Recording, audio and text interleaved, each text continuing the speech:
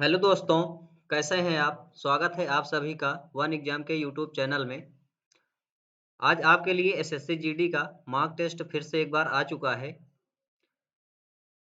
आइए देखते हैं और इनको सॉल्व करने की कोशिश करते हैं। पहला क्वेश्चन है आपका 60 तथा 80 के बीच आने वाली सभी अभाज्य संख्याओं का योग कितना है?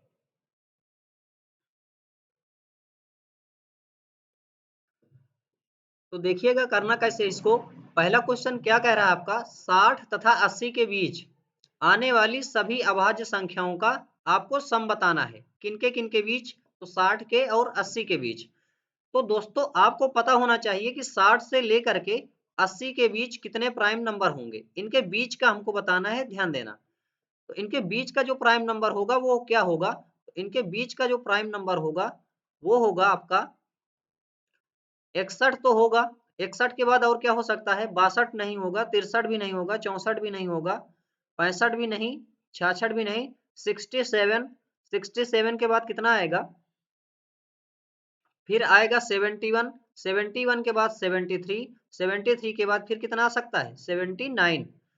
तो इतने आपके क्या आएंगे? इतने आपके प्राइम नंबर आ जाएंगे। अब जब ये प्राइम नंबर आ गए तो ये पूछ रहा है कि इनका योग बताओ। योग बताने के लिए क्या करना होगा दोस्तों? आपको योग बताने के लिए आपको करना होगा ऐड सभी को। तो प्लस आप कर दीजिए सभी में। अब इनको आप जोड़ लीजिए आपस में तो आपका आंसर निकलेगा। तो 1 7 8, 8 1 9, 9 3 12, 12 9 21 का एक कैरी कितना आ गया? 2। अब 2 में 6 को जोड़ेंगे जैसे ही तो 2 6 8, 8 6 14, 14 तो ये हो गया। और 7 कितनी बार है? 1 2 3। तो 7 त्रिका 21, 21 में 14 को जोड़ेंगे तो कितना आएगा? 35। तो 351 इनका योग आ गया, जो सभी अभाज्य संख्याएं दी गई हैं किनके बीच? 60 से 80 के बीच। तो यही आपके क्वेश्चन का मेरे दोस्तों बिल्कुल ही सही जवाब होगा। 351 किस ऑप्शन में है? ऑप्शन नंबर सी में है। आशा करता हूं कि पहला क्वेश्चन आपको बहुत ही अच्छे तरीके से समझ में आया होगा। आइए दूसरा क्वेश्चन देखते हैं।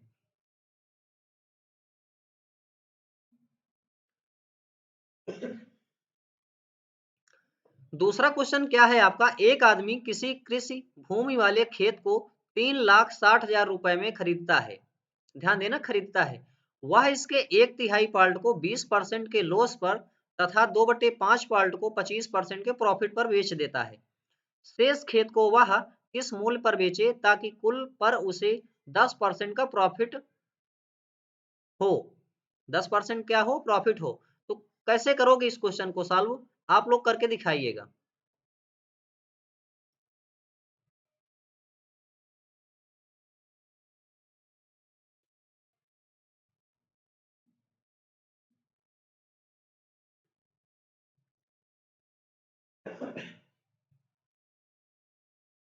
आइए फिर देखते हैं क्या है।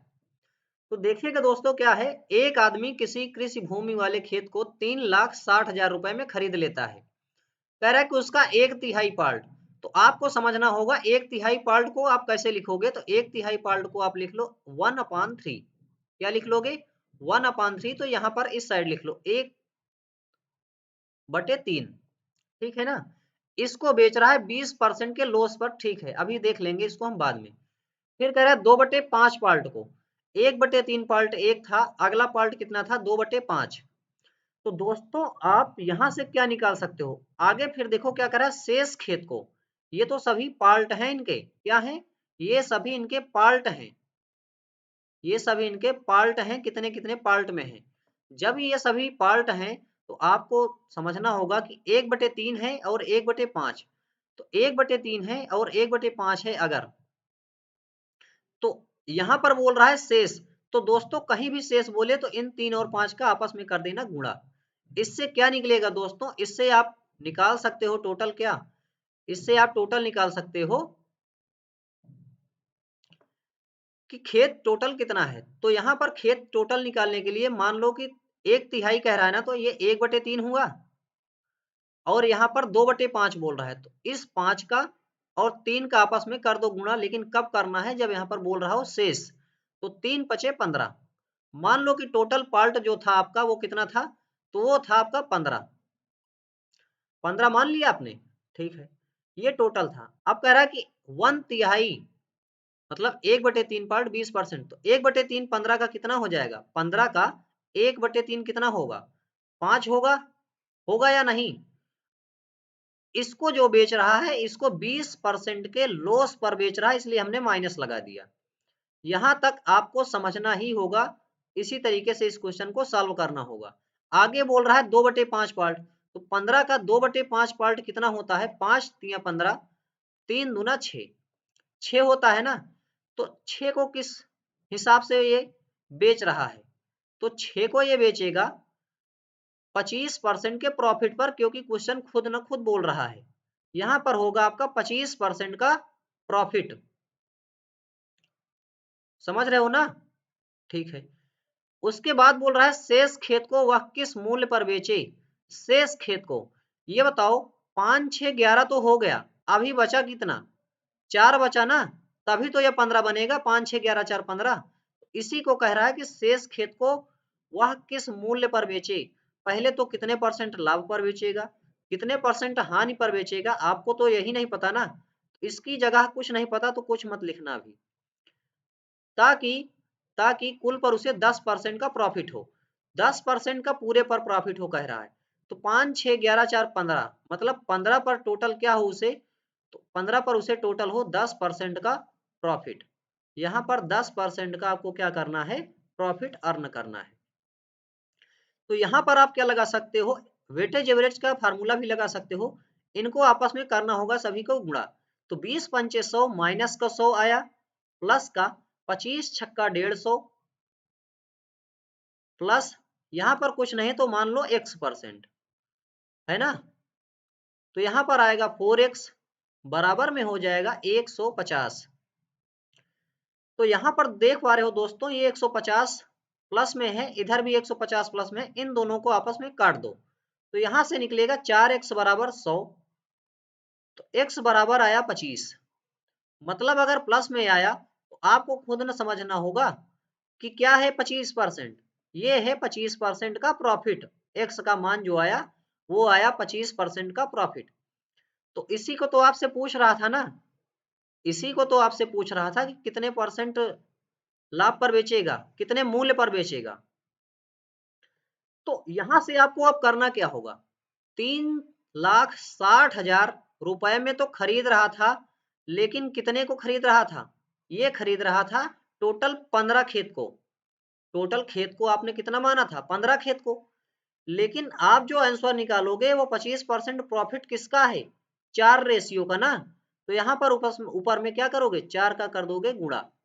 और 25% का प्रॉफिट का मतलब क्या होता है? 5/4 होता है या नहीं? 15 चौको 60, 60 को इससे काटोगे तो कितनी बार जाएगा?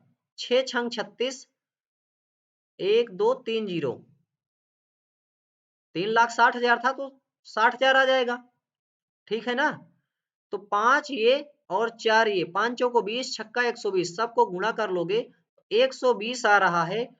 और बाद में कितने जीरो? ट्रिपल जीरो बच जाएंगे। तो 1,20,000 इस क्वेश्चन का ही बिल्कुल सही जवाब हो जाएगा आपका। ठीक है ना। अगला क्वेश्चन आपकी स्क्रीन पर आ रहा है। तो इस क्वेश्चन का सही आंसर कौन सा था? वो था ऑप्शन नंबर बी। तीसरा क्वेश्चन आ रहा है आपके पास। तीसरा क्वेश्चन देखिएगा क्या है। तीसरा क्वेश्चन है, धातु के कुछ ठोस लंब वृत्तीय शंकुओं जिनमें से प्रत्येक के आधार की त्रिज्या 3 सेंटीमीटर और ऊंचाई 4 सेंटीमीटर है, को पिघलाकर 6 सेंटीमीटर त्रिज्या का एक ठोस गोला बनाया जाता है।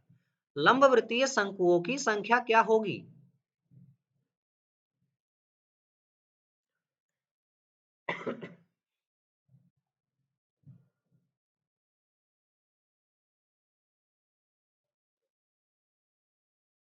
तो देखिएगा कैसे करेंगे। कह रहा है कि धातु के कुछ ठोस लंब वृत्तीय शंकुओं जिनमें से प्रत्येक के आधार की त्रिज्या 3 सेंटीमीटर है और ऊंचाई है 4 सेंटीमीटर। तो देखिएगा कैसे करेंगे। फिर कह रहा है इनको पिघलाकर 6 सेंटीमीटर त्रिज्या का एक ठोस गोला बनाया गया। शंकुओं की संख्या बताइए कितनी है। तो इस क्वेश्चन को कैसे करोगे आप लोग?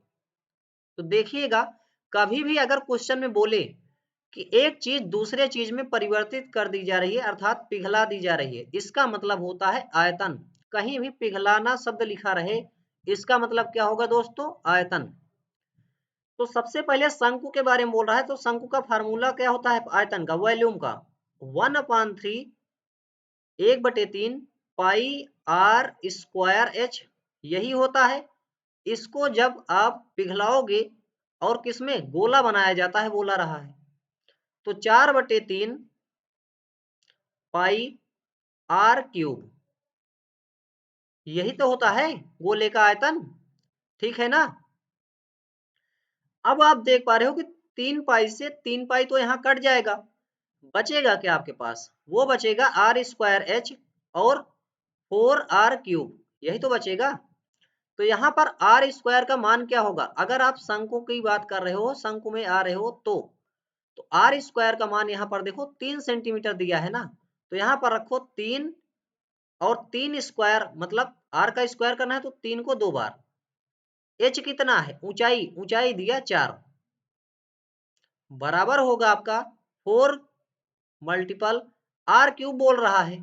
तो गोले की त्रिज्या कितनी है? 6 सेंटीमीटर, मतलब 6 गुणा 6 गुणे 6। तो आपसे पूछ रहा है लंबवृत्तीय शंकुओं की संख्या कितनी होगी। इनकी संख्या नहीं पता लंबवृत्तीय शंकुओं की, तो मान लो कि ये n होगी। कितनी होगी? n मान लो आप। अब सॉल्व कर लो, 4 से 4 कट गया, 3 त्रिक 9, 9 और चौको 36, तो 4 और 6 का गुणा कितना आएगा? 24। तो लंबवृत्तीय शंकुओं की संख्या कितनी आ जाएगी दोस्तों? तो ये आएगी आपकी 24। और आपके क्वेश्चन का बिल्कुल सही जवाब कौन सा होगा? Option number C. अगला क्वेश्चन आपके पास आ रहा है, उसे करिएगा सॉल्व।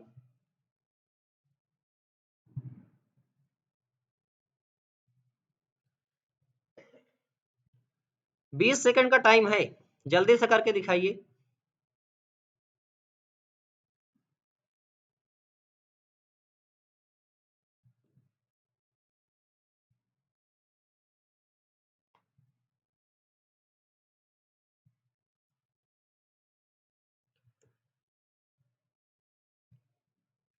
हो गया, टाइम खत्म।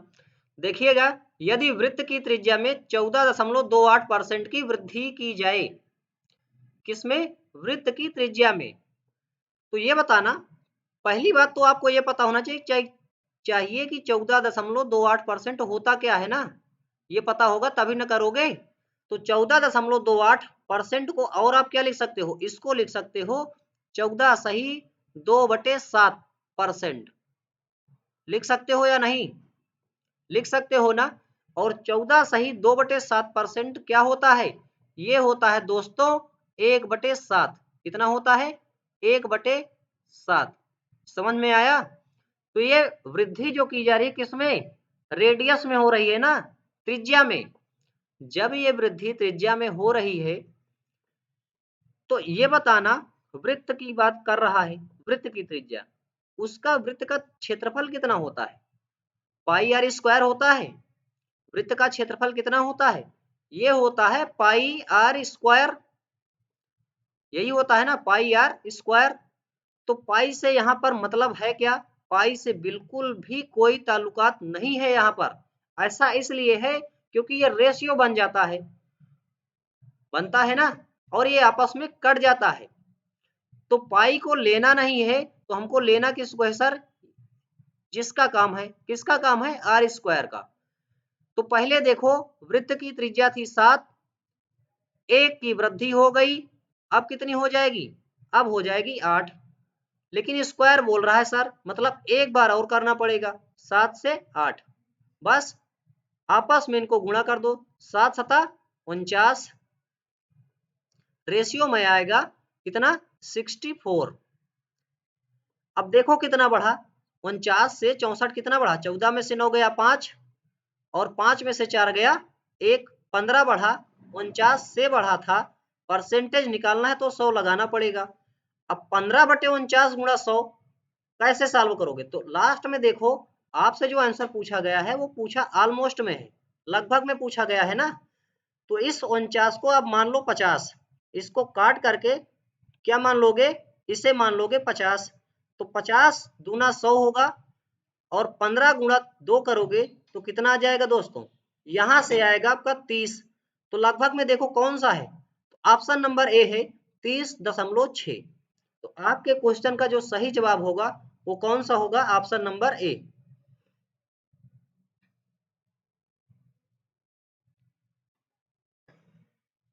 5 नंबर क्वेश्चन है, एक व्यक्ति किसी निश्चित राशि को, क्या कह रहा है, एक व्यक्ति है किसी निश्चित राशि को 5% की वार्षिक दर से साधारण ब्याज दर पर उधार देता है तथा 15 वर्षों में संयोजित ब्याज की राशि उधार दी गई राशि से 250 कम है। कितना कम है, 250 कम है। उधार दी गई राशि क्या थी, आपसे यही पूछा गया है। करो इसे सॉल्व।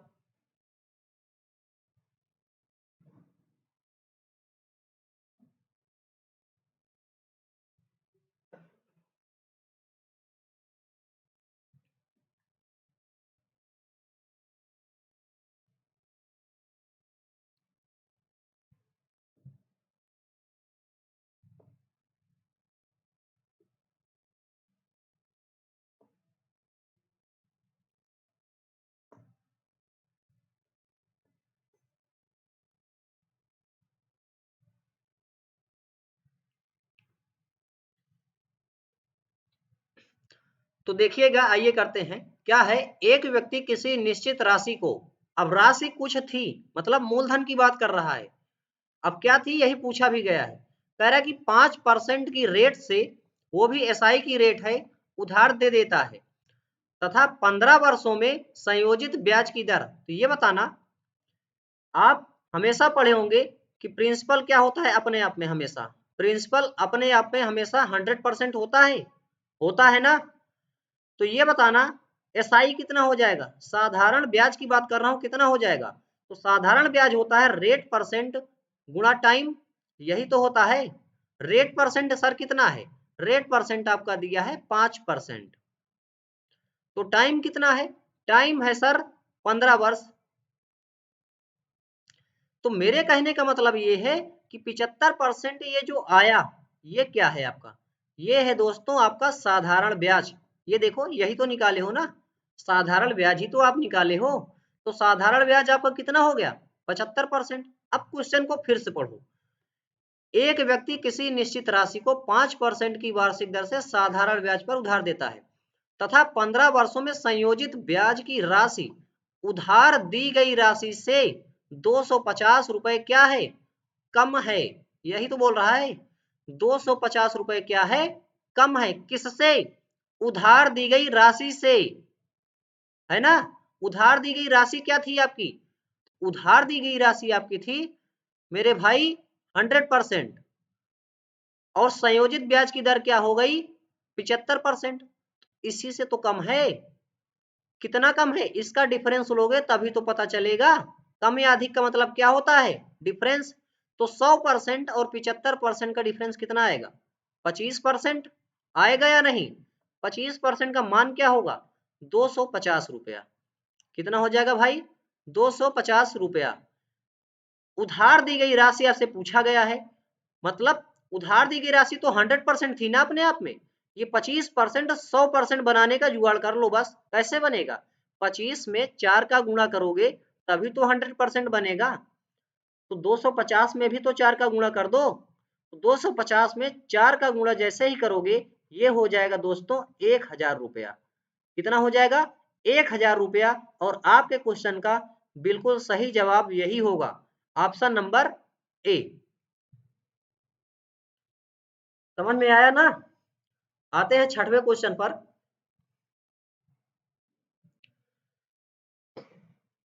छठा क्वेश्चन है आपका, शांत जल में नाव की गति 6 किलोमीटर पर आवर है।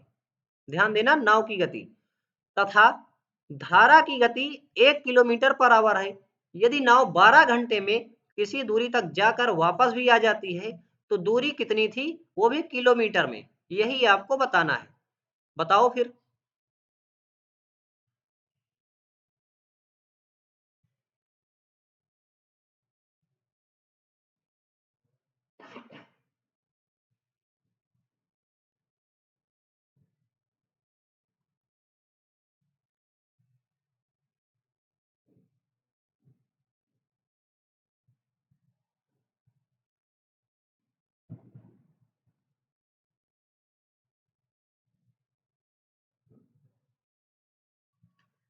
तो देखिएगा, कह रहा है कि शांत जल में नाव की गति है 6 किलोमीटर पर आवर। तो ये बताना, नाव की गति है ना 6 किलोमीटर पर आवर, तो नाव की गति को आप मानते क्या हो, v बराबर आपको दिया 6 किलोमीटर पर आवर, तथा धारा की गति 1 किलोमीटर पर आवर है, तो धारा की गति को आप मानते हो u। क्या मानते हो? तो धारा की गति को आप मानते हो क्या, u। तो u बराबर कितना, 1 किलोमीटर पर आवर। कह रहा है कि 12 घंटे में जा भी रही है और वापस आ भी रही है, तो कितनी दूरी है। तो आप समझना इस क्वेश्चन को। तो सबसे पहले अगर मैं बात करूं कि अगर शांत जल में नाव की गति 6 किलोमीटर पर आवर है और धारा की गति है 1 किलोमीटर पर आवर, तो नाव जब धारा की दिशा में जाएगी मतलब v प्लस यू होगा। धारा की दिशा में जाएगी तो चाल आपस में जुड़ जाएगी ना। नाव की चाल है 6 और धारा की चाल है 1, मतलब 6 और 1 मिलकर के 7 किलोमीटर पर आवर स्पीड हो जाएगी। वहीं अगर मैं बात करूं, क्या बात करूं कि अगर वो विपरीत दिशा की ओर चले v माइनस यू की ओर, तो 6 में से 1 माइनस कर दोगे, अगर विपरीत चलेगा तो 5 किलोमीटर पर आवर स्पीड हो जाएगी कि नहीं होगी? होगी ना। अब जा भी रहा है आ भी रहा है, तो समय कितना लग रहा है दोस्तों, 12 घंटे का। कितना समय लग रहा है, 12 घंटे का। तो दूरी बराबर होता क्या है, तो दूरी बराबर होता है चाल गुणा समय। लेकिन यहाँ 12 घंटा आपको टोटल समय दे दिया, तो आप क्या करें, दूरी का फार्मूला लगा दें। तो एक फार्मूला होता है, उसका क्या नाम है, S1 S2 बटे में, S1 S2 का मतलब क्या है, चालों का गुणनफल, S1 S2 बटे चालों का एक योग S1 प्लस S2 गुणा डेल टी। इसका मतलब ये है कि समयांतराल टाइम का। तो आप देख पा रहे हो दोस्तों कि यहाँ पर S1 क्या है। अब आप S1 मानोगे क्या आखिर, तो S1 आपको मानना होगा 7, S2 मानना होगा 5। तो 7 गुणा 5 बटे में 7 और 5 को जोड़ोगे तो आएगा आपका 12, और समयांतराल कितना आ रहा है, 12 घंटे का। तो 12 से 12 कट गया, तो दूरी आपकी कितनी आ गई, तो दूरी आपकी आई 35 किलोमीटर। कितनी आ गई, 35 किलोमीटर। यही है आपके क्वेश्चन का बिल्कुल सही जवाब, ऑप्शन नंबर सी। सातवां क्वेश्चन क्या है, आइए देखते हैं उसे भी। सातवां क्वेश्चन है, यदि एक निश्चित राशि पर दूसरे वर्ष प्राप्त चक्रवृद्धि ब्याज 1200 रुपए है, तो उसी राशि पर 10% के हिसाब से चौथे वर्ष का CI कितना होगा।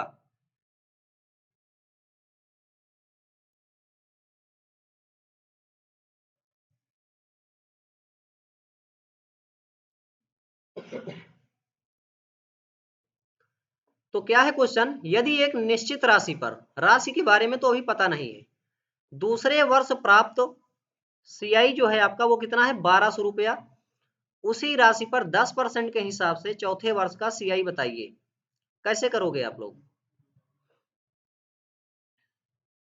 तो देखिएगा, रेट कितनी है आपकी, 10%। ओवरऑल टाइम कितना है, 4 वर्ष का। ओवरऑल टाइम कितना है, 4 वर्ष का, है ना। तो 10% का आखिर मतलब क्या होता है, 10% का मतलब होता है 1/10। कितना होता है, 1/10। तो आपको यहाँ से दोस्तों मूलधन कुछ न कुछ तो मानना होगा। तो आप मान लो कि मूलधन है 10,000। कितना मानोगे, 10,000। कैसे मान लिया, 1/10 है, यही 10 4 वर्ष तक कहा है, चौथे वर्ष ना। तो 4 वर्ष तक अगर ये कहा है, इस 10 को 4 बार गुणा कर दो इस प्रकार से, तब जाकर के आपका मूलधन रेशियो में निकलेगा। आप 100 भी मानकर कर सकते हो, 1000 भी मानकर कर सकते हो, ऐसी बात नहीं है। बाकी इस तरीके से भी कर सकते हो आप। मूलधन है आपका 10,000 रेशियो में, तो आप यहाँ पर माने कि मूलधन आपका है 10,000। मान लिया ना, ये है आपका मूलधन 10,000। तो इस क्वेश्चन को करेंगे कैसे, हम इसको करेंगे ट्री मेथड से, और सक्सेसिव केस से भी आप कर सकते हो, ऐसी बात नहीं है। वो भी तरीका मैं बता दूंगा आपको। अगर 10,000 है और 10% के हिसाब से ले रहे हो, तो 4 वर्ष तक है, तो 4 शाखाएं आप बना लो, क्योंकि 4 वर्ष है ना। तो 10,000 रुपया है 10% के हिसाब से, तो 10,000 का 10% कितना होगा?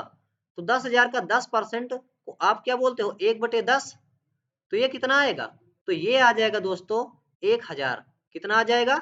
1,000। तो 1,000 इसको भी मिलेगा पहले वर्ष को, दूसरे वर्ष को भी 1,000, तीसरे वर्ष को भी 1,000 और चौथे वर्ष वाले को भी 1,000 मिलेगा। मिल जाएगा ना यहाँ तक? ठीक है, फिर आगे बढ़ें। अब क्या है कि ये वाला और ये वाला और ये वाला तीनों साल के जो हैं पहले वाले वर्ष से मांगेंगे ब्याज। तो 1,000 पर ये ब्याज देगा, कितने पर? 1,000 पर 10% के हिसाब से देगा, तो कितने रुपया दे देगा? 100 रुपया। कितना? 100। तो 100 इसको भी मिलेगा दोस्तों, 100 इसको भी मिलेगा और 100 इसको भी मिल जाएगा। मिल जाएगा ना? अब पहले वाले वर्ष का काम खत्म। ये काम है भाई, अब मैं भाग रहा हूं, इसे जाने दो। अब रही बात ये वाला और ये वाला, पहले वाले से मांगेंगे, इससे मांगेंगे।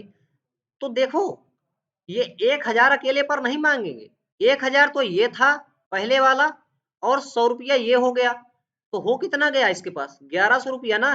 अब 1,100 पर 10% के हिसाब से अगर लेंगे तो कितना मिलेगा? 110 रुपया इसको मिलेगा और 110 रुपया इसको भी मिलेगा। मिलेगा या नहीं? ये भी कहा भाई अब मैं भी भाग रहा हूं। अब तीसरे साल वाला ये वाला मांगेगा पहले वाले से। 1,000 तो पहले था, 100 फिर हो गया 1,100, 1,100 में 110 ये वाला भी तो है। तो 1,100 में दोस्तों 110 को पहले आप कर लो ऐड, तो यहां से जो आएगा आपका वो आएगा 1,210। इसको 10% के हिसाब से देगा, मतलब 121 रुपया और देगा, 121 रुपया। अब ये भी भाग गया, सबसे ब्याज चौथे वर्ष वाला ले लिया, काम खत्म। अब आपको क्वेश्चन में दिया क्या है? अब इन सबको हटा दो यहां से, इनका कोई काम नहीं है ना? अब कहा है कि दूसरे वर्ष प्राप्त चक्रवृद्धि ब्याज 1,200 है। तो दोस्तों ये पहले वर्ष का चक्रवृद्धि ब्याज, ये दूसरे वर्ष का, ये तीसरे वर्ष का, ये चौथे वर्ष का, ये सभी आपस में CI ही हैं। क्या है? CI हैं, चक्रवृद्धि ब्याज है। तो दूसरे वर्ष के बारे में बोला है। यहाँ देखो 10,000 है, 10,000 और यहाँ है 100, तो 10,000 और 100 मिलकर कितने बनेंगे? 1,100। और 1,100 का मान दिया क्वेश्चन में कि 1,200 है। 2 जीरो से 2 जीरो आप कैंसिल आउट कर दोगे तो एक का मान निकलेगा 12/11। कितना निकल जाएगा भाई? 12/11। जब एक रेशियो का मान 12/11 निकला तो आपसे पूछ रहा है कि भाई चौथे वर्ष का CI बता दे। चौथे वर्ष का CI, तो चौथे वर्ष को अब आप पूरे को जोड़ो, इसको जोड़ोगे तभी पता चलेगा आपको। तो 1,000 ये, 100 ये, कितना हो जाएगा? 1,100 हो जाएगा ना। 110 वाला ये भी, 110 इसको भी जोड़ना पड़ेगा, 121 को भी जोड़ना पड़ेगा आपको। 1 2 1 3 और 3 1, 1,331 का मान बताना है। तो 1,331 का मान आप कैसे बताएंगे? 1,331 जब एक रेशियो का मान 12/11 यहाँ आया तो 1,331 का मान 1,331 गुणा 12/11 कर दोगे। 1,331 11 से 121 बार कटेगा भाई। 121 गुणा 12 कितना होगा? 121 गुणा 12, 12 एक नंबर 12 का 2 हासिल आया 1, 12 दूनी 24, 1 25 का 5 हासिल आया 2, 12 एक नंबर 12 2 14। तो 1,452 रुपया आपके इस क्वेश्चन का बिल्कुल ही सही जवाब होगा। किस ऑप्शन में है? ऑप्शन नंबर ए में।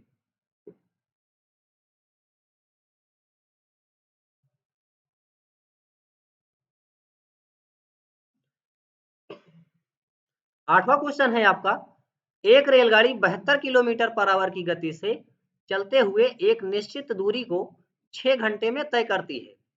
यदि वही दूरी 8 घंटे में तय करनी हो, रेलगाड़ी की स्पीड बताइए। करिए इस क्वेश्चन को सॉल्व आप लोग।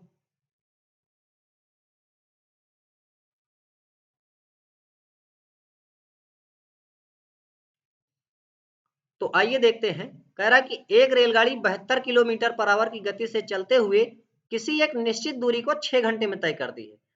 तो दूरी क्या होगी? तो दूरी वही होगी 72 किलोमीटर पर आवर के हिसाब से 6 घंटे तक चली, तो यही तो दूरी होगी आपकी, होगी या नहीं? ये बराबर होगी उसी दूरी के, इसके बराबर होगी। 8 घंटे तक चली, कह रहा ना वही दूरी, तो दूरी तो वही है, डी ही है ना। 8 घंटे तक चली तो रेलगाड़ी की गति क्या है? तो यहाँ पर स्पीड आपको पता है क्या? नहीं पता ना, लेकिन चली कितना? 8 घंटे तक, बस इसी को कर लो। 8 नवा 72, इसका मान कितना आएगा? 9 छका 54, तो 54 किलोमीटर पर आवर ही आपकी स्पीड हो जाएगी रेलगाड़ी की। तो किस ऑप्शन में है? Option number B is the right answer.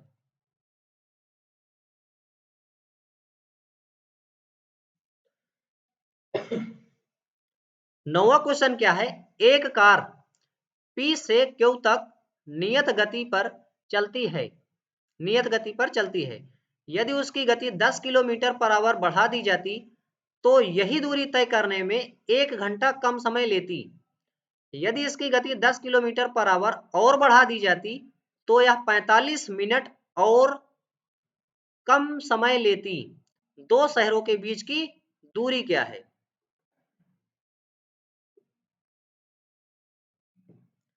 तो देखिएगा इसको कैसे करेंगे।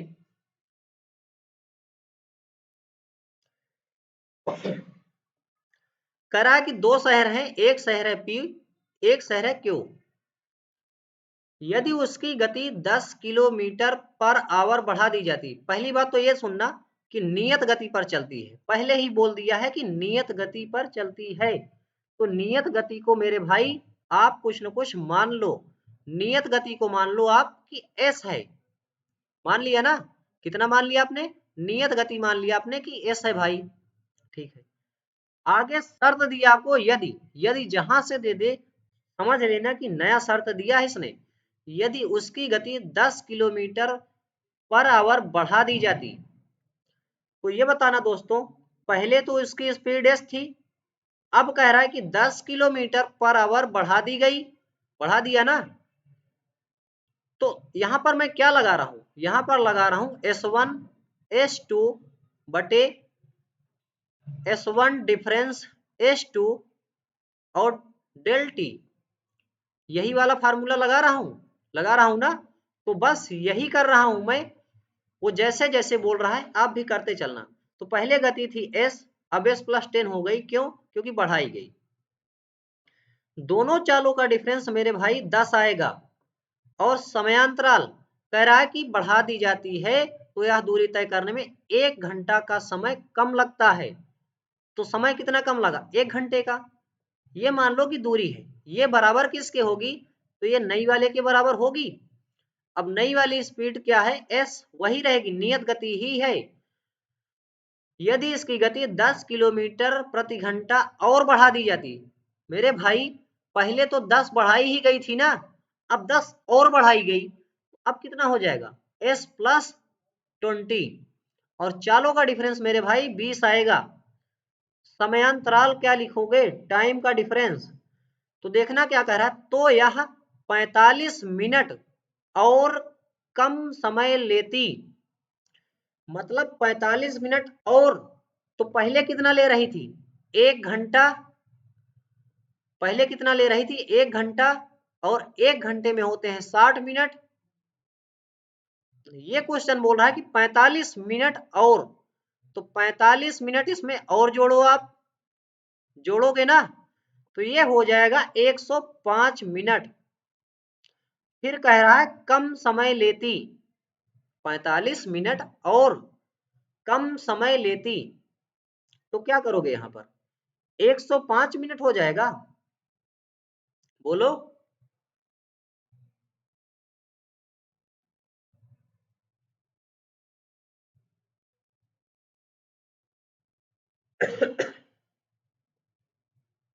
तो 105 मिनट को घंटे में बदलोगे तो कितना होगा? 15 सत्ते 105, 15 चौको 60, तो 7/4 बोल रहा है ना। तो 7/4 घंटे और कम लेती, यही तो बोल रहा था ना। इस पॉइंट को बिल्कुल सही समझना, वरना गलत हो जाएगा। कह रहा है कि 1 घंटा कम समय लेती, पहले तो 1 घंटे में 60 मिनट होते हैं, ये ले रही थी। फिर कह रहा है तो यह 45 मिनट और तो 45 मिनट पहले इसमें और जोड़ो आप, 45 मिनट और जोड़ोगे तो ये हो जाएगा 7/4 घंटे। फिर कह रहा है कम समय लेती, अब कम ज्यादा से क्या करना है भाई, कम तो यहाँ भी बोला था ना, तब भी तो एक लिए थे, तो यहाँ भी बोला है तो 7/4 ले रहे हैं। इसमें कोई दिक्कत है क्या? यहाँ तक किसी को कोई प्रॉब्लम नहीं होनी चाहिए ना। ठीक है, फिर आगे करें सॉल्व। तो आइए फिर करते हैं इसी को सॉल्व, और क्या।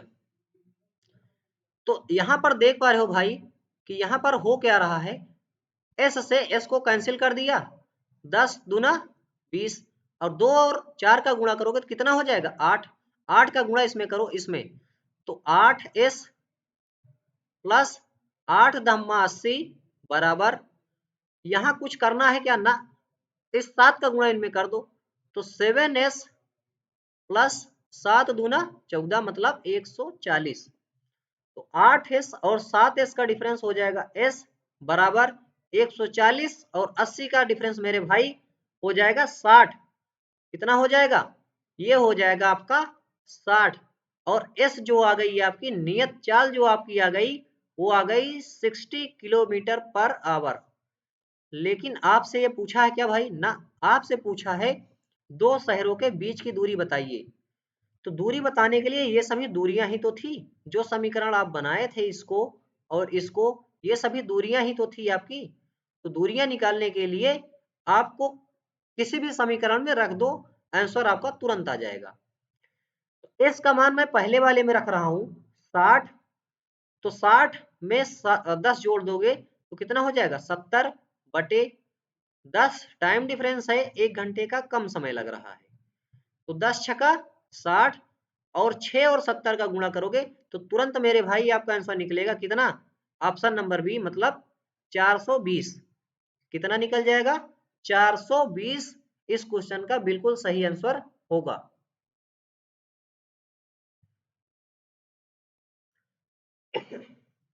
दसवां क्वेश्चन है आपका, दो नल एक टंकी को क्रमशः 5 तथा 6 घंटे में भर सकते हैं, और एक निकासी नल है 1 घंटे में 24 गैलन पानी खाली कर सकता है। ध्यान देना, 1 घंटे में 24 गैलन पानी खाली कर सकता है। एक साथ तीनों नल खाली टंकी को 10 घंटे में भर सकते हैं। टंकी की क्षमता बताइए, वो भी गैलन में। करिए इसको सॉल्व। तो देखिएगा कैसे करेंगे, कह रहा है कि दो नल है, तो दो नल को मेरे भाई मानो कि ये पहला नल है और एक दूसरा नल है ना। अब एक क्या कर रहा है, एक भर रहा है 5 घंटे में, ये देखो 5 तथा 6 घंटे में भर सकते हैं ना, तो पहले वाले 5 घंटे में भर रहे हैं और दूसरा वाला 6 घंटे में भर रहा है। फिर आगे पढ़ना, एक साथ यदि तीनों नलों को खोल दिया जाए तो खाली टंकी को 10 घंटे में भर सकते हैं, मतलब पहला नल तो है ही, दूसरा नल भी लगा है भाई, लेकिन एक तीसरा नल भी लगा है। अब तीसरा नल खाली करने वाला है या भरने वाला अभी पता नहीं है आपको, तो कुछ मत करो, कितने घंटे में भर रहा है ये देखो 10 घंटे में ना, तो 10 घंटे यहां मान लो। अब मानो कि टोटल जो टंकी की क्षमता होगी वो कितनी होगी, यहाँ है 5, यहाँ है 6, यहाँ है 10, तो 5, 6 और 10 से एक ऐसी संख्या आप चुनो जो तीनों से कट जाए, तो मेरे भाई वो होगी 30, कितनी हो जाएगी, वो आपको मिल जाएगी 30, क्यों, पंचंग 30, 6 पंच 30, 10 तिहाई 30। तो यहां से अब आपको करना क्या होगा, यहां से आपको इनका फ्लो रेट निकालना होगा, है ना, फ्लो रेट इनका निकालना होगा। तो 30 कैपेसिटी है टंकी की, 5 समय ले रहा है, तो फ्लो रेट कितना आ जाएगा, मतलब खाली करने का दर कितना आएगा 6। उसी तरह 30 को 6 से डिवाइड करोगे तो आएगा 5, 30 को 10 से डिवाइड करोगे तो ये आएगा मेरे भाई 3, कितना आ जाएगा 3। ठीक है ना, यहां तक टंकी की क्षमता आपसे पूछ रहा है, तो ये देखना, पहले वाले की क्षमता है 6, दूसरे वाले की है 11, तो इन दोनों को मिलाकर मेरे भाई है 11, तो इसकी जगह मैं क्या रख दूं, इसकी जगह मैं क्या रख दूं तीसरे वाले की, कि ये सब कुछ मिला करके बना दे 3, आपका कितना 3। तो भाई कहोगे कि यहाँ पर 8 रख दो, तभी तो 11 में से 8 जाएगा 3, वो भी किस में, तो 8 जो रखोगे आप वो भी रखोगे माइनस में, तभी तो 11 में से 8 जाएगा, माइनस का 11 में से 8 जाएगा तो 3 होगा। ठीक है ना। तो तीसरे वाले की रेट पता चली कि तीसरा वाला जो पाइप है वो खाली करने वाला है भाई। क्या करने वाला है, खाली करने वाला है, क्योंकि माइनस में उसका फ्लो रेट आ गया। ठीक है। अब बीच में क्वेश्चन को पढ़ना कह रहा कि और एक निकासी नल 1 घंटे में, कितने घंटे में, 1 घंटे में 24 गैलन पानी खाली कर सकता है। तो यहां पर पहले आप निकालो, ये देखो ये है फ्लो रेट, ये है टंकी की कैपेसिटी, तो 30/8 के हिसाब से खाली करेगा। तो मेरे भाई 15/4 में, 15/4 समय में खाली करेगा ना, समय कितना लगेगा, तो इसको जो समय लगेगा वो लगेगा 15/4 घंटे। यहां पर सुनना, 1 घंटे में 24 गैलन खाली कर रहा है ना, 1 घंटे में खाली कर रहा है मेरे भाई 24 गैलन। कितने गैलन, 24 गैलन 1 घंटे में खाली कर रहा है। तो 15/4 में कितना खाली कर देगा, बस यही से आंसर आएगा। इस एक को कैसे भी जुगाड़ करके 15/4 बना दो बस। तो आप कहोगे भाई कि 15/4 का इसमें कर दूं गुणा, तब तो बन जाएगा ना। तो 15/4 का आप इसमें भी कर दो गुणा, तो 15/4 का 24 में जैसे ही गुणा करोगे आपका जवाब निकलेगा कि 90 गैलन होगा। कितने गैलन, 90 गैलन होगा। और आपके क्वेश्चन का बिल्कुल ही सही जवाब कौन सा होगा, ऑप्शन नंबर ए। कौन सा ऑप्शन, ऑप्शन नंबर ए के साथ आप तुरंत चले जाओगे। आया ना समझ में। आते हैं 11वें क्वेश्चन पर और देखते हैं वो क्या है। 11 नंबर क्वेश्चन है आपका, दो नल ए तथा बी एक टंकी को क्रमशः 20 तथा 24 घंटे में भर सकते हैं। यदि दोनों नलों को सुबह के 5 बजे खोल दिया जाए तो शाम ठीक 5 बजे टंकी को पूरा भरने के लिए नल ए को कब बंद कर देना चाहिए। तो देखिएगा क्या है, कह रहा है कि दो नल हैं, पहला नल मानो ए है, दूसरा बी है। ये क्या कर रहे हैं, 20 घंटे तथा 24 घंटे में टंकी को भर रहे हैं। फिर देखना, इनके पहली आप कैपेसिटी निकालो, टैंक की क्षमता, तो 20 है और 24 है, क्या हो सकता है, 120 मानू, मान लो भाई, क्या दिक्कत है, 120 मान लिया कैपेसिटी। जब कैपेसिटी मेरे भाई 120 आपने मान ही लिया तो इनका फ्लो रेट भी मानो, 20 छक्का 120, 24 पंचे 120, ये आ गया इनका फ्लो रेट। ठीक है ना। अब देखना क्वेश्चन में है ट्विस्ट, कह रहा है यदि दोनों नलों को सुबह के 5 बजे खोल दिया जाए, तब सुबह के 5 बजे दोनों नलों को खोल दिया जाए और शाम ठीक 5 बजे टंकी को पूरा भरने के लिए नल ए को कब बंद कर देना चाहिए। किसको बंद किया जा रहा है, बंद किया जा रहा है मेरे भाई ए को। तो ये बताना सुबह 5 बजे से लेकर के शाम 5 बजे तक कौन चलेगा, नल ए तो बंद हो गया ना, अब बचा कौन, बी, मतलब बी तो पूरा चलेगा ना। और सुबह 5 बजे से लेकर के शाम 5 बजे तक कितने घंटे बीतेंगे, 12 घंटे बीतेंगे। कितने घंटे बीतेंगे, 12 घंटे बीत जाएंगे मेरे भाई। तो बी 5 की एफिशिएंसी से, समझ रहे हो ना, बी 5 की एफिशिएंसी से 12 घंटे तक चलेगा तो कितना भर देगा, ये भर देगा मेरे भाई 60। तो ये बताना 120 टोटल था, बी ने 60 भर दिया, तो शेष बचा कितना, तो शेष बचा मेरे भाई 60। शेष कितना बचा, 60। इसको कौन भरा होगा आप खुद बताओ, यही तो भरेगा ना, ए वाला। और ए भर रहा है 6 के फ्लो रेट से, तो कितना टाइम लगेगा मेरे भाई, इसको इसको लगेगा मेरे भाई 10 घंटे। मतलब कितने घंटे लगेंगे, 10 घंटे। मेरे कहने का मतलब यह है कि ए 10 घंटे चला था। अब सुबह 5 बजे खुला, 10 घंटे तक चला, तो 5 में 10 घंटे और जोड़ो, कितने घंटे हो जाएंगे, 15 घंटे। और 15 घंटे को आप क्या बोलोगे कि 3 बज गए हैं, मतलब दोपहर के 3 बज गए हैं। दोपहर के 3 बजे तक नल ए चला, उसके बाद बंद कर दिया गया। ठीक है ना। 12 नंबर क्वेश्चन है आपका, एक दैनिक मजदूरी पाने वाले श्रमिक को 5,750 रुपए पर कुछ दिनों के लिए रखा गया, किंतु उन दिनों में से 3 दिन अनुपस्थित रहने के कारण उसे कुल 5,000 रुपए दिए गए। उसकी अधिकतम संभव दैनिक मजदूरी कितनी थी?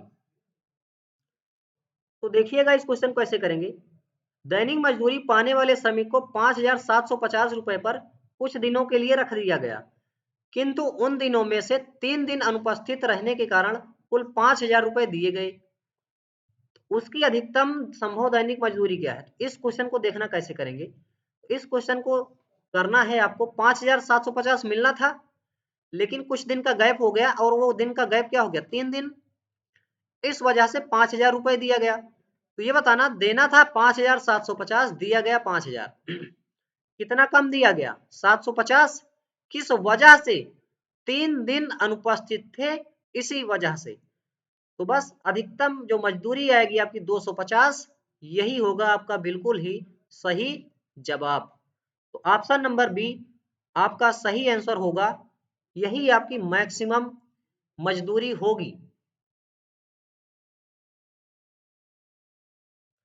13 नंबर क्वेश्चन क्या है, कमल एक काम को 15 दिन में पूरा कर सकता है। विमल काम करने में कमल से 50% अधिक कुशल है। उस काम को विमल द्वारा पूरा किए जाने में कितने दिन लगेंगे? देखना क्या कर रहा है, कमल 15 दिन में काम को पूरा कर सकता है। विमल विमल काम करने में कमल से, किससे? कमल से 50% का मेरे भाई मतलब क्या होता है? 50% का मतलब होता है मेरे भाई 1/2। क्या होता है? 50% का मतलब होता है 1/2, है ना। लेकिन किससे? कमल से। तो मानो कि यहां पर कमल और विमल दो भाई हैं। कमल का मान लो कि 2 है, तो कमल से ज्यादा है कौन? विमल। कितना? 1। तो विमल की एफिशिएंसी हो जाएगी 3। ध्यान देना, हमने यहाँ पर एफिशिएंसी का रेशियो लिखा है। किसका रेशियो? एफिशिएंसी का। कह रहा है कि कमल है, एक काम को 15 दिन में पूरा कर देता है। कमल की एफिशिएंसी क्या है मेरे भाई? 2। और कर कितने दिन में रहा है? 15। तो 15 दिन तक लगातार करके 2 दिन में कितना काम कर देगा? 30 काम।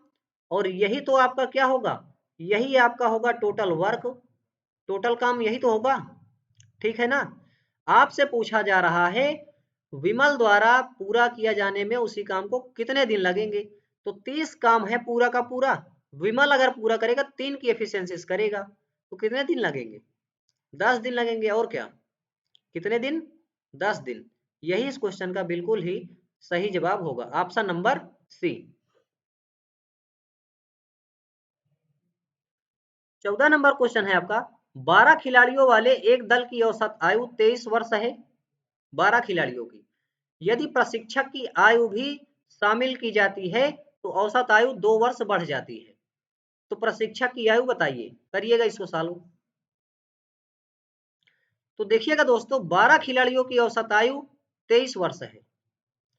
12 खिलाड़ियों की औसत आयु कितना? 23 वर्ष है। कह रहा कि यदि प्रशिक्षक की आयु भी शामिल कर ली जाए, मतलब अब 13 लोग हो जाएंगे। अब कितने लोग? अब हो जाएंगे 13 लोग। और 13 लोग अगर हो गए अब, तो 13 लोग में कह रहा है तो औसत आयु 2 वर्ष बढ़ जाता है। मतलब पहले तो औसत 23 था, अब 2 वर्ष और बढ़ जाएगा तो कितना हो जाएगा? अब हो जाएगा 25 वर्ष। कितने हो जाएंगे? 25 वर्ष। तो प्रशिक्षक की आयु मतलब प्रशिक्षक तो एक ही था ना मेरे भाई, इसकी औसत आयु क्या थी, यही आपको बताना है। तो 12 में एक जोड़ोगे तभी तो 13 बनेगा ना। बस इसी को सॉल्व कर लो। अब कैसे सॉल्व करोगे? इनको सभी को गुणा करके। तो देखना, 12 और 23 का गुणा करोगे कितना आएगा? तो 12 और 23 का गुणा करेंगे तो 12 3 36 का 6, हासिल आया 3, 12 दूनी 24, 3 27, 276। यहाँ पर कुछ नहीं, मान लो कि x है, प्लस x का 1 में करोगे तो आएगा x। 13 का 25 में गुणा करना है, 13 पचे 65 का 5, हासिल आया 6, 13 दूनी 26 और 6 कितना हो जाएगा? 32। तो x बराबर मेरे भाई कितना आएगा 325 और 276 का डिफरेंस ही तो होगा आंसर ना आपका। 15 में से 6 गया 9। किस ऑप्शन में लास्ट में 9 है? Option number C. बाकी पूरा करने की जरूरत ही नहीं है। यूनिट डिजिट से भी आप इस क्वेश्चन को सॉल्व कर सकते हैं, वरना घटा लीजिए। यहाँ पर है 1 तो 11 में से 7 गया 4, 49 आ जाएगा आपका। x का मान कितना आया 49।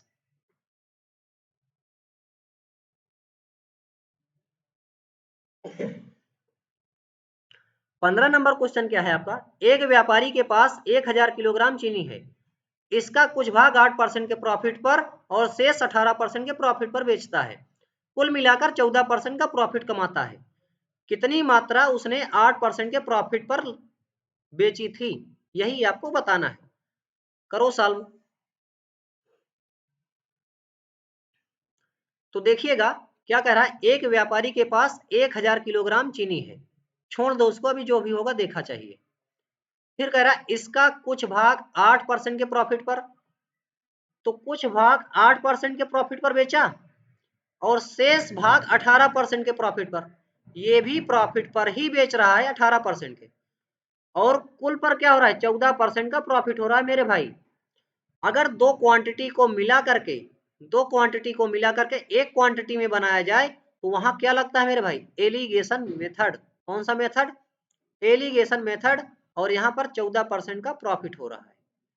तो बस इसको कर दो आप, डिफरेंस निकालो अब। तो 8 का और 14, यहाँ पर 8% है, यहाँ पर है 14%, इनका डिफरेंस कितना हो जाएगा 6%। अब परसेंट को यहाँ से हटा दो, 6 हो गया डिफरेंस। यहाँ पर 18 और यहाँ पर 14, इनका डिफरेंस 4। तो 4 और 6 का क्या आया रेशियो? इनको जोड़ोगे तो कितना आएगा? 4 और 6 मिलकर 10।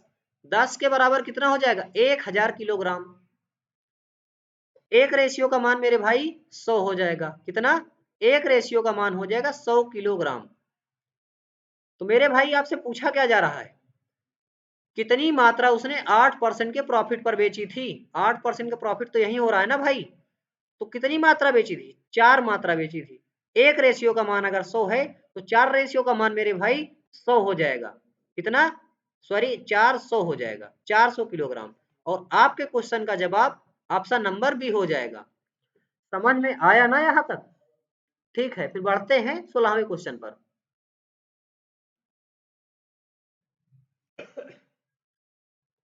16 नंबर क्वेश्चन क्या है, एक बर्तन में 60 लीटर दूध है। उसमें से 12 लीटर दूध निकालकर पानी भर दिया जाता है। फिर से उस मिश्रण में से 12 लीटर दूध निकालकर पानी भर दिया जाता है। परिणामी मिश्रण में दूध और पानी का अनुपात क्या है? तो इस तरीके का क्वेश्चन कभी भी आए तो इसके लिए करोगे क्या आप? टोटल मिक्सचर देखो आप कितना है 60 लीटर, वो भी दूध है। उसमें से 12 लीटर निकाला गया, तो टोटल को लिख लो नीचे, 60 लीटर है और निकाला गया इसमें से 12 लीटर। तो ये आएगा कितना कटने पर? ये आएगा 1/5। कितना आएगा मेरे भाई? ये आएगा आपका 1/5। अब यहीं से शुरू होती है आपकी कहानी। देखना, मानो कि 5 लीटर टोटल है आपके पास दूध। अब इसमें से निकाल लिया गया तो कितना निकाला गया? एक रेशियो में। जब आप एक रेशियो में निकाल रहे हो मेरे भाई, तो एक रेशियो में क्या निकाल रहे हो? दूध। और उसकी जगह क्या भर दे रहे हो? पानी। मतलब यहाँ फिर दूध का ही रेशियो आएगा ना, क्योंकि दूध निकाला आपने, पानी भरा, तो फिर तो वही दूध बन जाएगा। तो 5 से 4 नहीं हो जाएगा। ये एक बार किया गया मेरे भाई। फिर कह रहा है फिर से उस मिश्रण में से 12 लीटर दूध निकालकर पानी भर दिया गया। मतलब वही काम फिर किया गया। मतलब 5 लीटर था, 1 लीटर निकाल लिया तो 4 लीटर बचा। वही काम फिर किया गया ना। ठीक है, तो ये आया 25 मेरे भाई और ये आया 16। लेकिन यहाँ पर आपको एक पॉइंट पर अब देना होगा ध्यान। वो पॉइंट क्या है आप यहाँ पर समझो।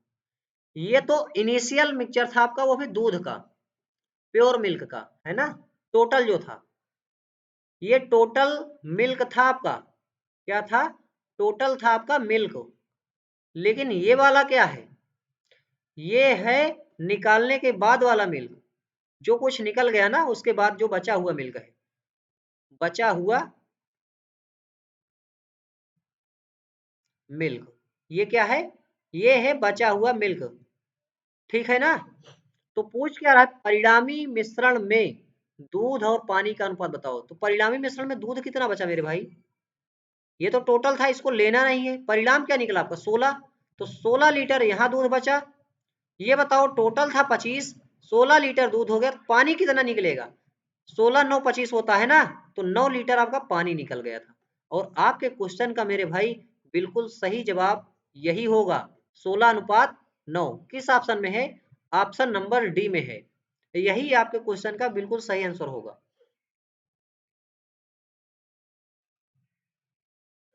17 नंबर क्वेश्चन क्या है, आइए देखते हैं। ए बी सी के बीच कुछ राशि 1/4, 1/5 और 1/6 के बीच बांटी गई, परंतु गलती हो गई 4 5 6 के अनुपात में बांट दी गई। इस प्रकार से सी को 720 रुपए अधिक मिल गए, तो राशि का मान बताइए। करो सॉल्व इसको।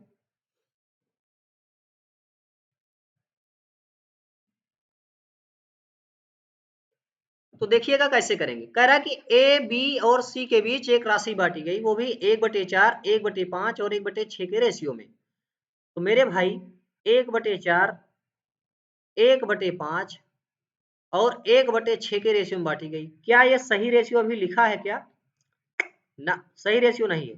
तो सही रेशियो बनाने के लिए करोगे क्या आप, हर का लोगे एलसीएम, 4 5 और 6 का ले लो आप एलसीएम, एक ऐसी संख्या लो जो इन सभी से कट जाए। तो 4 5 और 6 क्या हो सकता है वो, तो वो हो सकता है 60। क्या होगा मेरे भाई, वो हो जाएगा 60। अब इस 60 को 1/4 से काट दो और क्या, तो जैसे ही 1/4 से काटोगे तो यहाँ पर आएगा 15, आएगा ना। ये भी ध्यान देना कि ये ए बी सी का रेशियो है, ए का, बी का और सी का। तो ए का आया 15, इसी प्रकार से बी का क्या आएगा, अब 1/5, क्योंकि बी का मान तो यही है ना, 1/5 कर दो तो 5 बार हम में 60, बी का मान आया 12 रेशियो में। इसी प्रकार से सी का निकालोगे तो यहाँ देखो 6 है, 1/6, तो सी का मान आएगा 10। तो 5 12 10 का रेशियो आया, ठीक है। परंतु गलती होने के बाद क्या हुआ, 4 5 6 के अनुपात में बांट दिया, गलती हो गई और बांट दिया 4 5 और 6 के रेशियो में। मेरे भाई यहाँ जोड़ो कि टोटल पैसा कितना दे रहा था, तो 15 12 27 10 47, सॉरी 37 आएगा ना, कितना दे रहा था यहाँ, यहाँ दे रहा था 37। फिर यहाँ जोड़ो, गलती होने के बाद कितना दिया, 4 5 9 6 15, गलती होने के बाद उसने दे दिया 15 15। ये बताना मेरे भाई, यहाँ दे रहा था 37, यहाँ दे रहा है 15, क्या ये सही दे रहा है, भाई रुपया तो वही रहा होगा ना, सेम ही रहा होगा जो बांट रहा होगा, तो सेम रहा होगा मेरे भाई। तो यहाँ करो 15 का गुणा और यहाँ करो आप गुणा 37 का। तो आपने जो ये गुणा किया है ना, ये सब में करना पड़ेगा, सभी रेशियो में, लेकिन नहीं करोगे, क्यों, आगे क्वेश्चन पढ़ करके। यदि इस प्रकार सी को 720 रुपया अधिक प्राप्त हुआ, यहाँ पर सी के बारे में हो, सी के बारे में बोल रहा है, तो सी के बारे में आप चेक करो। तो यहाँ सी का कितना मान हो जाएगा, 15 धम्मा 150 होगा कि नहीं, कितना हो जाएगा, 15 धम्मा 150 और 37 छक्का, इस 37 का 6 में इसमें गुणा करोगे तो कितना हो जाएगा, तो 37 छक्का 6 सते 42 का 2 हासिल आया 4, 6 त्रिक 18 4 22, 222 हो जाएगा 37 छक्का, ठीक है। यहाँ पर देखो कितना ज्यादा मिल रहा है, यहाँ 150, यहाँ 222, कितना अधिक मेरे भाई यहाँ मिल रहा है। यहाँ देखो, तो 150 और 222 के बीच का डिफरेंस अगर आप लोगे तो यहाँ से आपको ज्यादा दिखाई दे रहा होगा, कितना, 222 में 150 घटाओगे तो 2, 12 में से 5 गया 7, 72 रुपया। लेकिन क्वेश्चन तो बोल रहा है कि रुपए 720 अधिक मिल रहे हैं, ये देखो अधिक भी बोल रहा है, तो 72 रेशियो के बराबर होगा 720 रुपया। एक रेशियो का मेरे भाई मान कितना हो जाएगा, एक रेशियो का मान होगा मेरे भाई 10 रुपया। तो पूछ रहा है राशि का मान बताओ, राशि तो यही थी ना, चाहे ये कर लो और चाहे ये कर लो, दोनों तो सेम है। तो बस इसी 10 में आप गुणा कर दो 37 गुणा 15 का, तो टोटल आपको राशि मिल जाएगी कि राशि यही है। तो 37 गुणा 15 करो, 15 सत्ते 105 हासिल आया 10, 15 तिया 45 10 55, तो 555 में 10 का गुणा करोगे तो कितना आएगा मेरे भाई, यहां से आएगा 0। तो 5550 ही आपका बिल्कुल ही सही आंसर होगा इस क्वेश्चन का। कौन सा? 5550।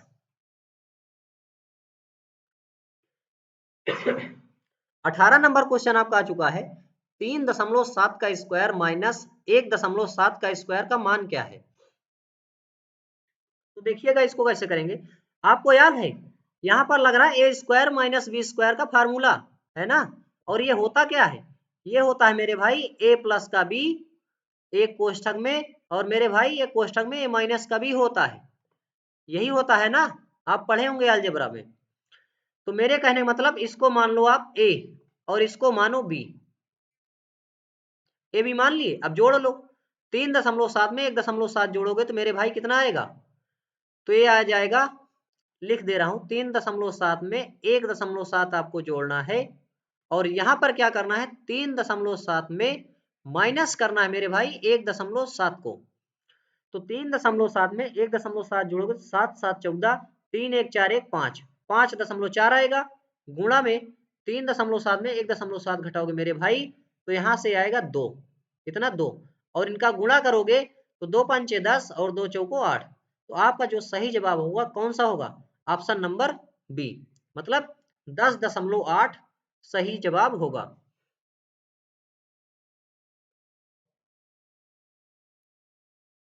19 नंबर क्वेश्चन क्या है, 9 अंडर रूट एक्स बराबर under root 12 plus under root 147 है तो एक्स का मान क्या होगा। ये क्वेश्चन है आपका होमवर्क का, इसको सॉल्व करके आइएगा घर से, ये आपका क्या है, ये आपका है होमवर्क। इसका जवाब आप कमेंट सेशन में जरूर देना, ठीक है ना। और ये भी आपके होमवर्क का क्वेश्चन है, ये भी आप ले लो, इसका भी जवाब आप कमेंट में जरूर दोगे, ठीक है ना। तो मेरे दोस्तों अगर आपको ये वीडियो पसंद आई हो तो आप इसे अपने सभी दोस्तों तक शेयर जरूर कीजिएगा, और हमारे चैनल वन एग्जाम को सब्सक्राइब भी कर लीजिएगा, ठीक है। मिलते हैं नेक्स्ट वीडियो में, तब तक के लिए धन्यवाद।